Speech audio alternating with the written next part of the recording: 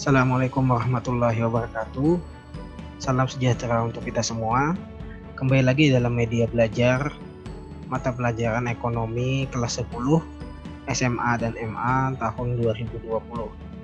Kali ini kita akan membahas lanjutan materi sebelumnya dalam KD 3.3 mengenai pelaku ekonomi dalam kegiatan ekonomi. Pada video sebelumnya kita sudah membahas mengenai kegiatan ekonomi, yaitu produksi, distribusi, dan juga konsumsi. Hari ini kita akan membahas mengenai pelaku ekonomi yang menjalankan kegiatan ekonomi tersebut.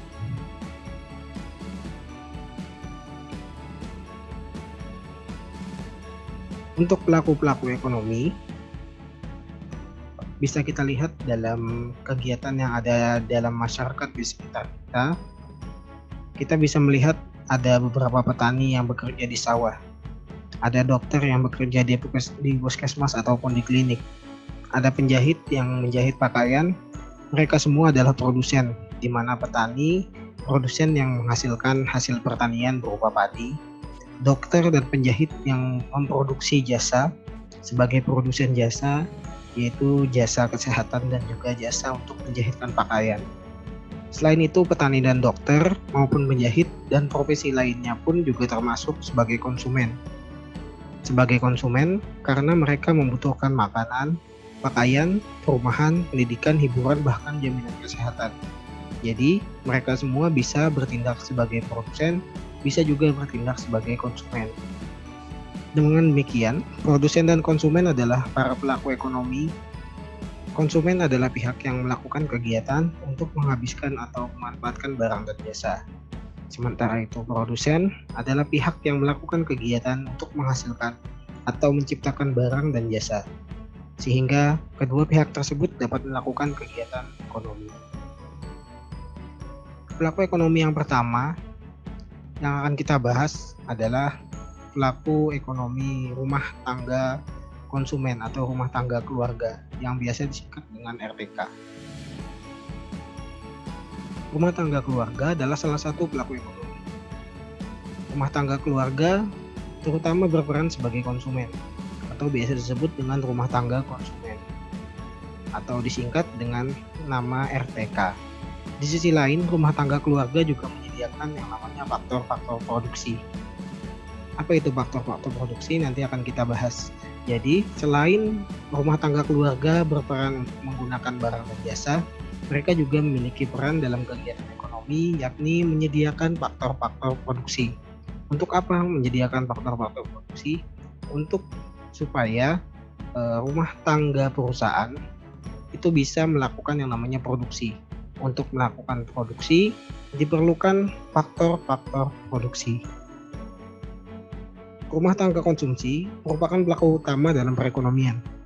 Rumah tangga konsumsi atau konsumen terdiri atas individu maupun kelompok yang bertujuan untuk memakai atau menggunakan barang ataupun jasa.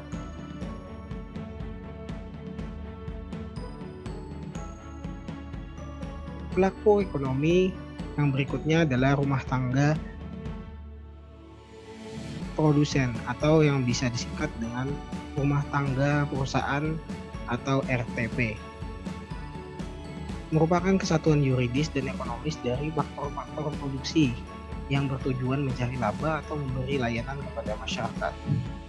Secara umum, rumah tangga produksi atau RTP adalah kelompok masyarakat yang kegiatannya menghasilkan dan atau menambah nilai guna barang atau jasa.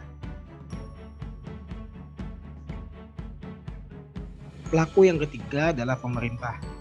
Berdasarkan Undang-Undang Dasar tahun 1945, pemerintah berperan sebagai produsen yang menguasai cabang-cabang produksi yang penting bagi negara dan yang menguasai hajat hidup orang banyak, sesuai dengan Undang-Undang Dasar 1945 pasal 33. Contohnya, pemerintah menguasai tambang minyak bumi melalui PT Pertamina yang berbentuk persero.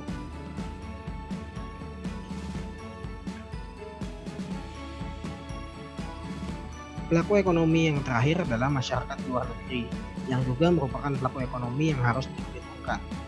Contohnya, produk-produk buatan Cina dijual di berbagai negara di dunia. Jadi masyarakat luar negeri juga berperan dalam kegiatan ekonomi negara lain.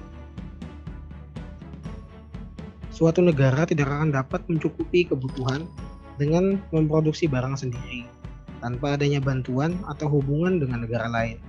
Untuk mencukupi kebutuhan ekonomi tersebut diperlukan peranan masyarakat luar negeri, sehingga kegiatan ekonominya juga sangat dipengaruhi oleh dunia internasional.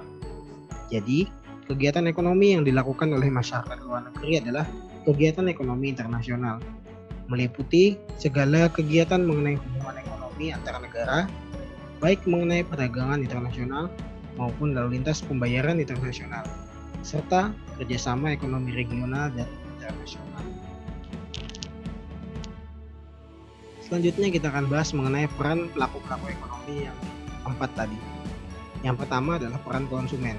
Konsumen berperan sebagai pemakai barang dan jasa untuk memenuhi kebutuhannya. Yang kedua, membantu kelancaran peredaran barang dan jasa. Yang ketiga, dapat mempengaruhi kebijakan pemerintah dalam rangka perlindungan konsumen.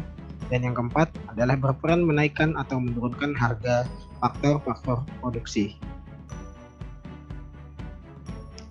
Peran pelaku ekonomi yang kedua adalah peran dari produsen atau RTP sebagai penghasil barang atau jasa yang diperlukan untuk memenuhi kebutuhan masyarakat. Yang kedua, sebagai pihak yang dapat meningkatkan produk domestik bruto.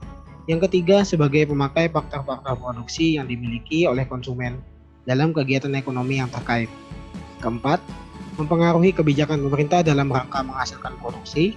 Yang kelima, mengusahakan kelancaran pasokan barang dan jasa yang dibutuhkan konsumen. Keenam, membayar harga barang faktor-faktor produksi. Yang ketujuh, melakukan kegiatan inovasi pada produksi barang. Yang ketiga adalah peran pemerintah atau bisa kita singkat sebagai RTN atau Rumah Tangga Negara.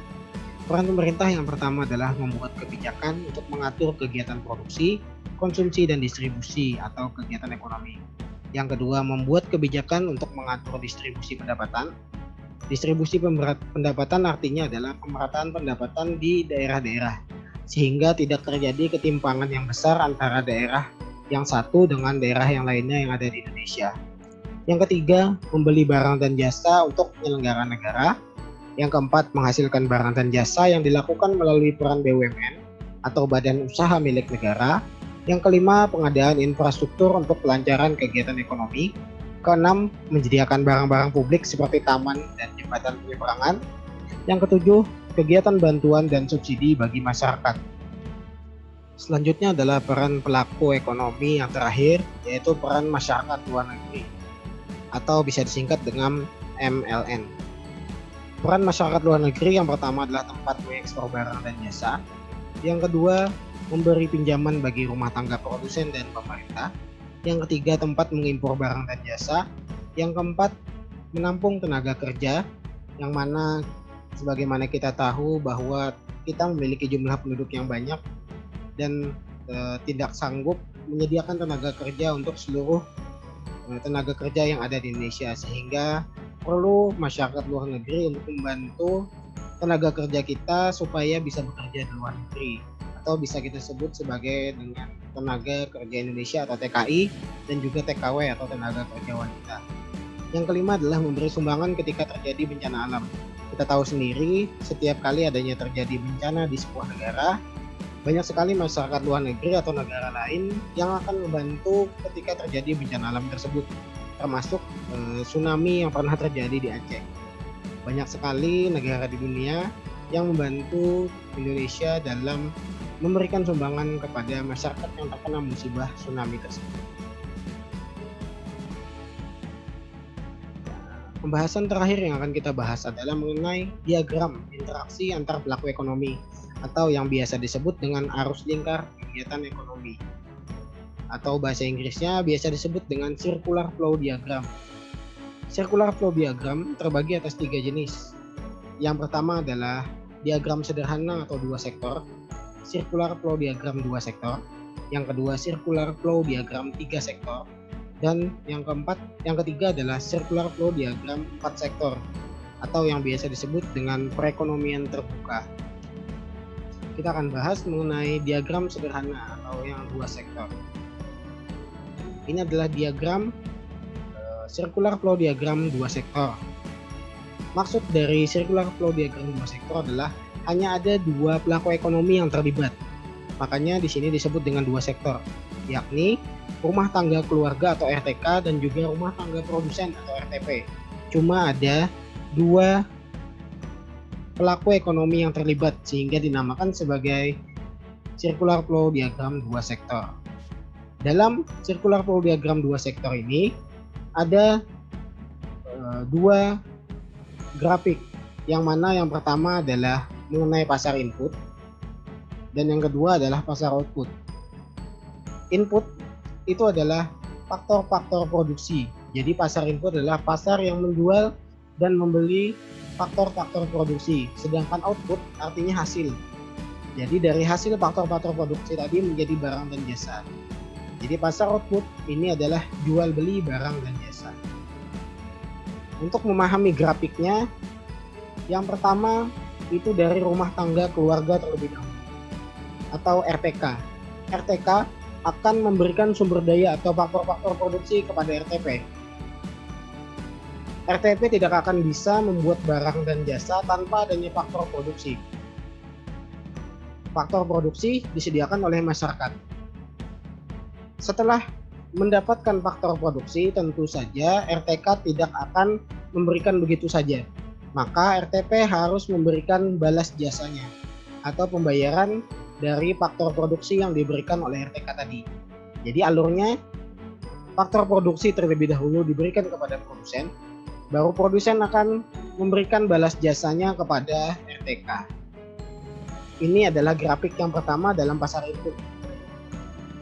Harusnya pasti dari RTK ke RTP terlebih dahulu untuk menyediakan faktor produksi, lalu dari RTP akan membayarkan balas jasanya kepada RTK. Yang harus kita bahas di sini apa yang dimaksud dengan faktor produksi.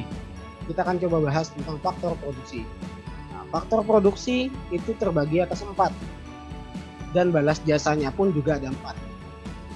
Faktor produksi yang pertama adalah natural resources, atau bahasa Indonesianya adalah SDA, sumber daya alam. Bisa jadi itu tanah dan lain-lain. Yang kedua adalah labor atau tenaga kerja atau SDM, sumber daya manusia. Yang ketiga adalah capital atau modal. Dan yang keempat adalah entrepreneur atau skill, artinya kewirausahaan atau keahlian. Nah, 4 dari faktor produksi inilah yang nanti akan menjadikan produksi, sehingga perusahaan akhirnya bisa membuat barang atau jasa. Contoh, tanpa adanya natural resources, tanpa adanya sumber daya alam seperti tanah, mereka tidak akan bisa memproduksi tanpa adanya pabrik yang didirikan di sebuah tanah. Mereka tidak akan bisa memproduksi tanpa adanya labor atau tenaga kerja. Mereka tidak akan bisa memproduksi tanpa adanya modal terlebih dahulu. Dan mereka juga tidak akan bisa memproduksi tanpa adanya keahlian atau skill atau kewirausahaan. Nah, setelah dari RTK tadi menghasilkan 4 faktor produksi itu, tentu saja kita sebagai RTK tidak akan memberikan secara gratis. Pasti kita memerlukan balas jasanya. Maka nanti dari 4 yang kita berikan ini, dari 4 yang diberikan oleh rumah tangga konsumen akan dibalas oleh rumah tangga produsen. Balas jasanya. Balas jasa terdiri atas 4, yaitu rent atau sewa, wage atau upah dan gaji, interest yang artinya bunga, dan profit yang artinya laba atau keuntungan. Natural resources atau sumber daya alam berupa biasanya adalah tanah. Maka jika kita menyediakan tanah kepada pabrik atau perusahaan, kita akan menyewakan tanah tersebut kepada produsen. Jadi balas jasa dari tanah atau sumber daya alam ini adalah sewa. Yang kedua adalah kita menyediakan tenaga kerja. Masyarakat menyediakan tenaga kerja. Tenaga kerja tersebut akan dibalas jasanya dengan yang namanya wage, yaitu upah atau gaji.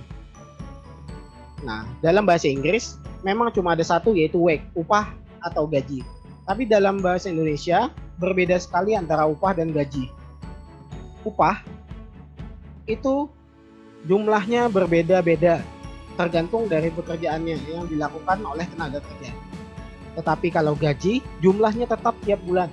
Contoh sederhana, misalnya gaji seorang guru, gajinya tetap 2 juta, tiap bulan akan diberikan 2 juta terus. Tiap bulan 2 juta, tiap bulan 2 juta. Tapi kalau upah, misalnya tukang bangunan, kalau dia bekerja banyak di bulan ini, dia akan dapat 4 juta. Tapi kalau dia bekerjanya sedikit, cuma beberapa hari saja bekerja, mungkin saja dapatnya cuma beberapa ratus ribu. Itulah yang dinamakan upah. Tapi kalau gaji, jumlahnya cenderung tetap. Nah, itu balas jasa dari labor atau tenaga kerja. Yang ketiga adalah kapital atau modal. Modal, jika kita memberikan modal, kita berinvestasi kepada perusahaan atau rumah tangga produsen, maka produsen akan memberikan yang namanya interest atau bunga. Jadi modal tadi nanti akan menjadi lebih banyak. Tidak mungkin kita memberikan modal kepada produsen tanpa mengharapkan balas jasa berupa bunganya. Pasti biasanya investor akan mengharapkan bunga yang besar. Dan yang terakhir adalah entrepreneur atau skill, kewirausahaan atau skill, keahlian. Nah, dengan adanya skill ataupun kewirausahaan, dengan berwirausaha tentu saja kita akan mendapatkan yang namanya profit atau keuntungan. Inilah yang dinamakan sebagai faktor produksi dan balas jasa faktor produksi.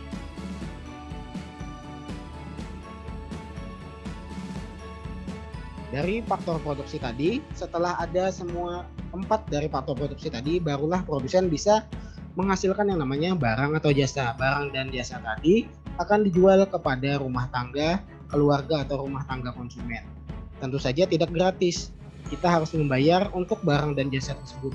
Sehingga alurnya di pasar output atau pasar barang dan jasa, RTP akan menghasilkan barang dan jasa dan kita akan membayar untuk barang dan jasa tersebut. Seperti itu. Inilah diagram sederhana atau circular flow diagram 2 sektor.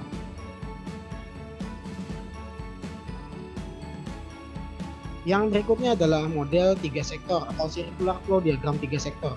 Perbedaannya adalah di sini akan ada tambahan satu pelaku ekonomi, yaitu rumah tangga negara atau pemerintah. Alurnya sama. Ada alur di mana rumah tangga keluarga menghasilkan sumber daya atau faktor produksi, lalu rumah tangga produsen seperti tadi juga akan memberikan pembayaran atau balas jasa dari faktor produksi. Setelah dapat faktor produksi, produsen akan menghasilkan barang dan jasa dan kita akan membayar barang dan jasa tersebut. Nah, tambahannya dari 3 sektor adalah adanya pemerintah di sini. Intinya sebetulnya cuma ada 2 alur dari pemerintah ini, yaitu alur dari pemerintah dan alur yang dihasilkan oleh pemerintah. Dari rumah tangga keluarga dan dari rumah tangga produsen kepada pemerintah, maka itu artinya adalah rumah tangga produsen dan rumah tangga keluarga sama-sama membayar pajak. Rumah tangga keluarga atau konsumen membayar pajak penghasilan, sedangkan rumah tangga produsen membayar pajak perusahaan atau pajak badan usaha. Dari pajak tersebut nanti kita akan dapat fasilitas dan juga sumber daya. Seperti itu. Lalu, jika dari pemerintah kepada RTK ataupun RTP, maka itu adalah subsidi. Apa itu subsidi?